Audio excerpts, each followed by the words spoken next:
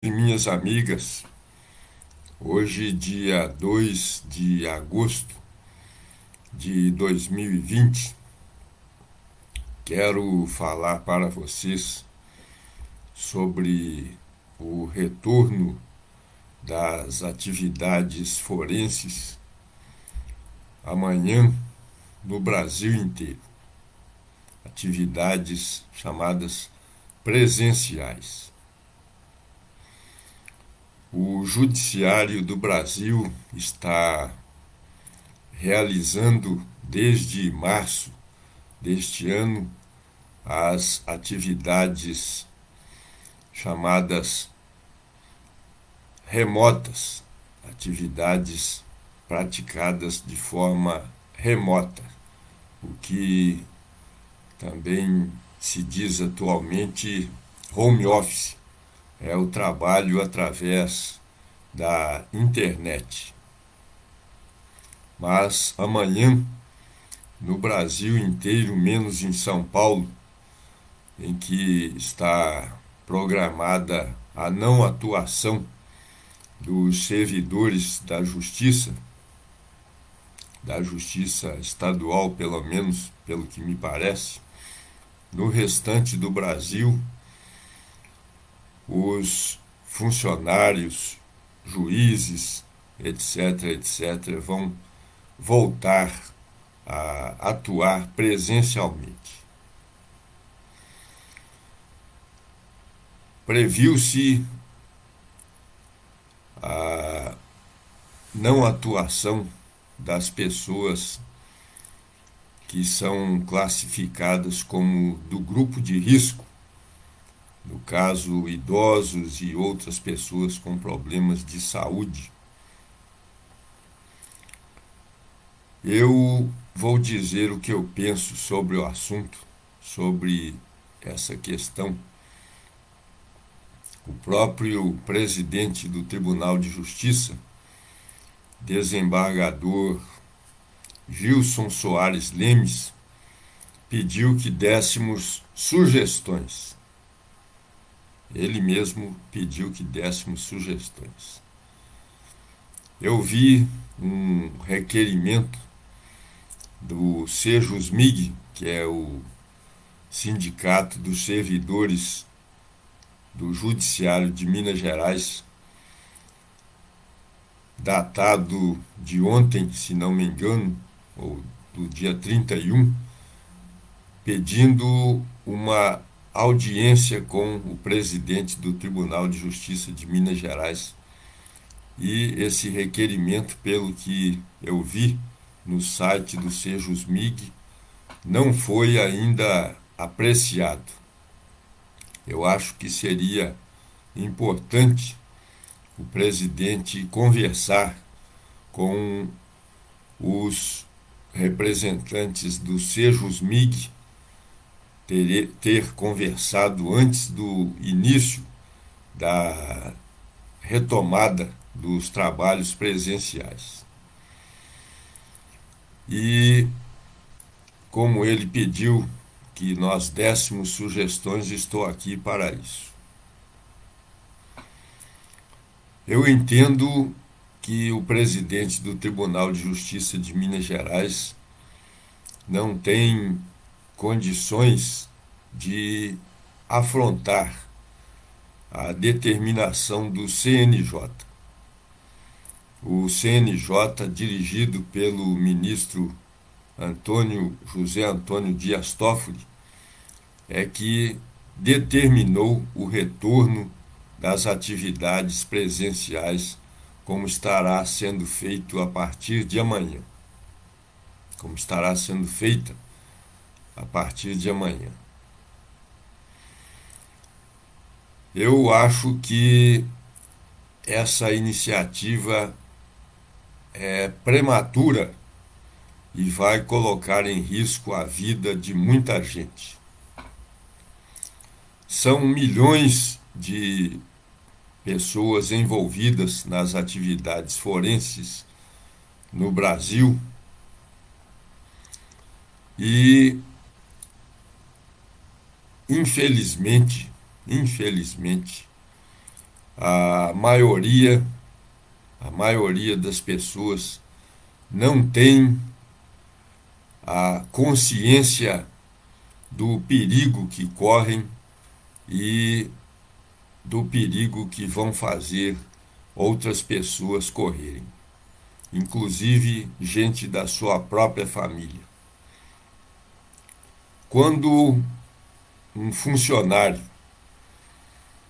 aí a gente vê dos vários setores, funcionário da faxina, funcionário que tem menos recurso financeiro, sai de casa, normalmente ele vai ao local de trabalho de ônibus,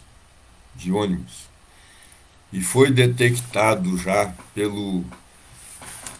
pela Secretaria da Saúde de Minas Gerais que o maior foco de contaminação é o transporte coletivo. E a pessoa pobre não tem como ir ao seu local de trabalho e de lá voltar para casa a não ser de ônibus. Existe uma obrigatoriedade do uso de máscaras nos ônibus. Isso a gente sabe que é um regulamento. Todavia, a gente sabe que muita gente não obedece a esse regulamento. E essas pessoas, que são normalmente os funcionários mais pobres da faxina e outros que ganham menos, têm que ir de ônibus e não tem outra forma de locomoção a não ser essa. E a gente sabe que a vida dessas pessoas não é fácil. Elas acabam se expondo por várias maneiras. Elas têm que fazer as compras, têm que conviver dentro de casa, muitas vezes com vizinhos, parentes, etc. A gente sabe que o isolamento não é praticado por mais da metade da população brasileira, e tudo isso vai fazendo com que o número de pessoas assintomáticas, contaminadas, mas assintomáticas, seja muito grande,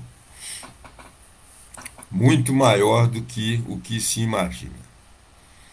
E pode-se afirmar, como diz um médico, que toda família terá pelo menos, se é que já não teve, pelo menos um membro daquela família contaminado,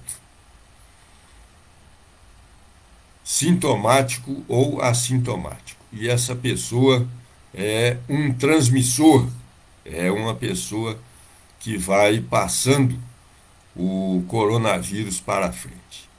E essa pessoa vai ao local de trabalho.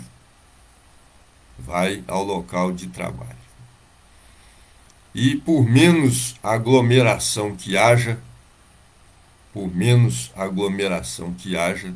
sempre ocorre essa transmissão. Eu vi um vídeo muito significativo, tem um lado muito sério, que é a polícia do Líbano agredindo pessoas que não estão usando máscara no Líbano. Mas eu observei que um dos policiais, em determinado momento, a máscara desse policial, eram 2 policiais, a máscara dele estava cobrindo apenas a boca, mas não o nariz. Por alguma situação que ocorreu, a máscara se abaixou, cobriu, a partir daí, apenas a boca e não o nariz. E a própria respiração dessa pessoa, se estiver contaminada, vai servir para a transmissão. Se não estiver contaminada, a inalação do coronavírus vai fazer com que essa pessoa se contamine. Nós vimos nas ruas pessoas com máscaras colocadas no queixo, máscaras na mão, máscaras cobrindo apenas a boca e não o nariz, e muitas coisas desse tipo. Muita gente não usando máscaras. Então, nós vamos ver muita gente que vai aos fóruns, sem máscara e, ao entrar no fórum, coloca a máscara. Ou seja, essa pessoa pode estar contaminada e pode levar à contaminação. Sem contar que a roupa da pessoa também carrega uma forma de passar adiante. E as pessoas, voltando para casa, não tomam as providências adequadas para se isolarem do vírus que adquiriram nesse trajeto, nesse percurso, no dia de trabalho. As pessoas têm que tirar totalmente a roupa, colocá-la imediatamente na máquina de lavar roupa, ao invés de entrarem em casa com a roupa e depois é que vão tomar as providências. Em resumo, a contaminação vai ocorrer em grande escala.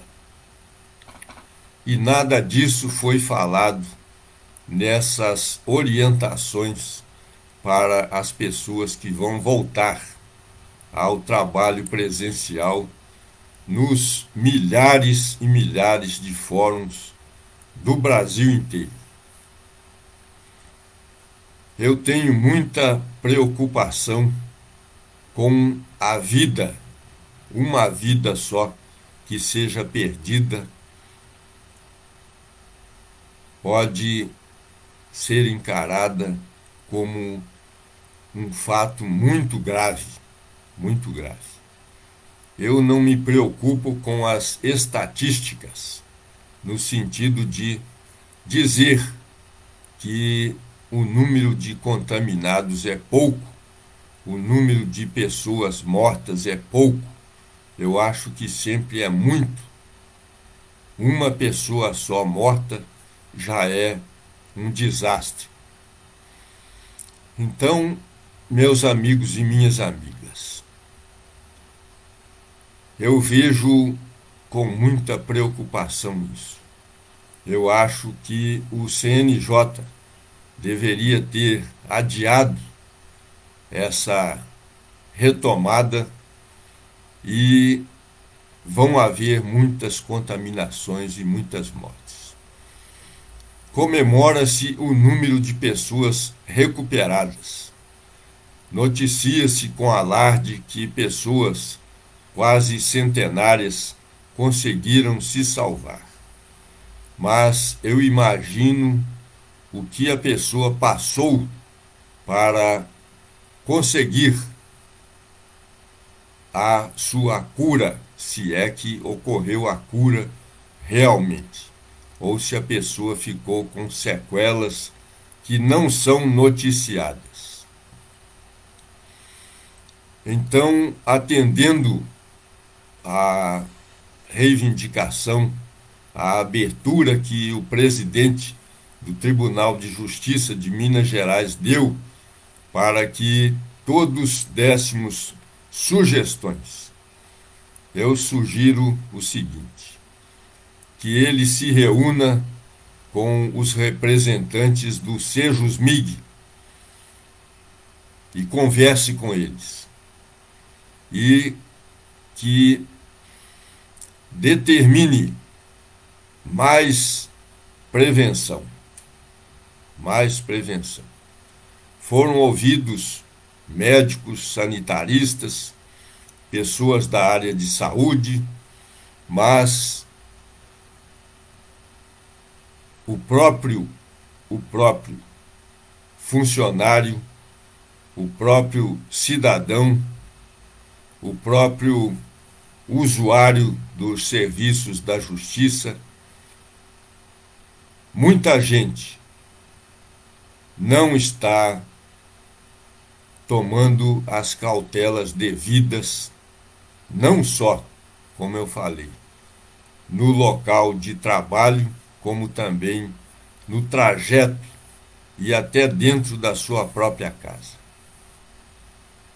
Em frente, aqui próximo ao prédio onde moro, ontem, às 10h30 da noite, havia uma festividade em um dos apartamentos de um outro prédio que fica a uns 50 metros daqui.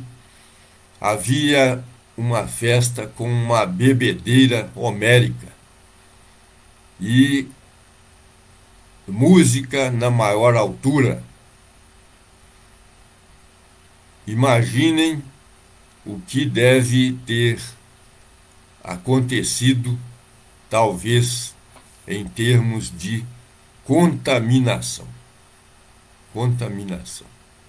Não podemos minimizar essa questão da segurança, principalmente considerando que muitos fóruns têm varas e setores funcionando em ambientes absolutamente inadequados, insalubres, sem ventilação, sem aeração corretas, e esses locais serão, na certa, que focos de incubação e de transmissão do coronavírus.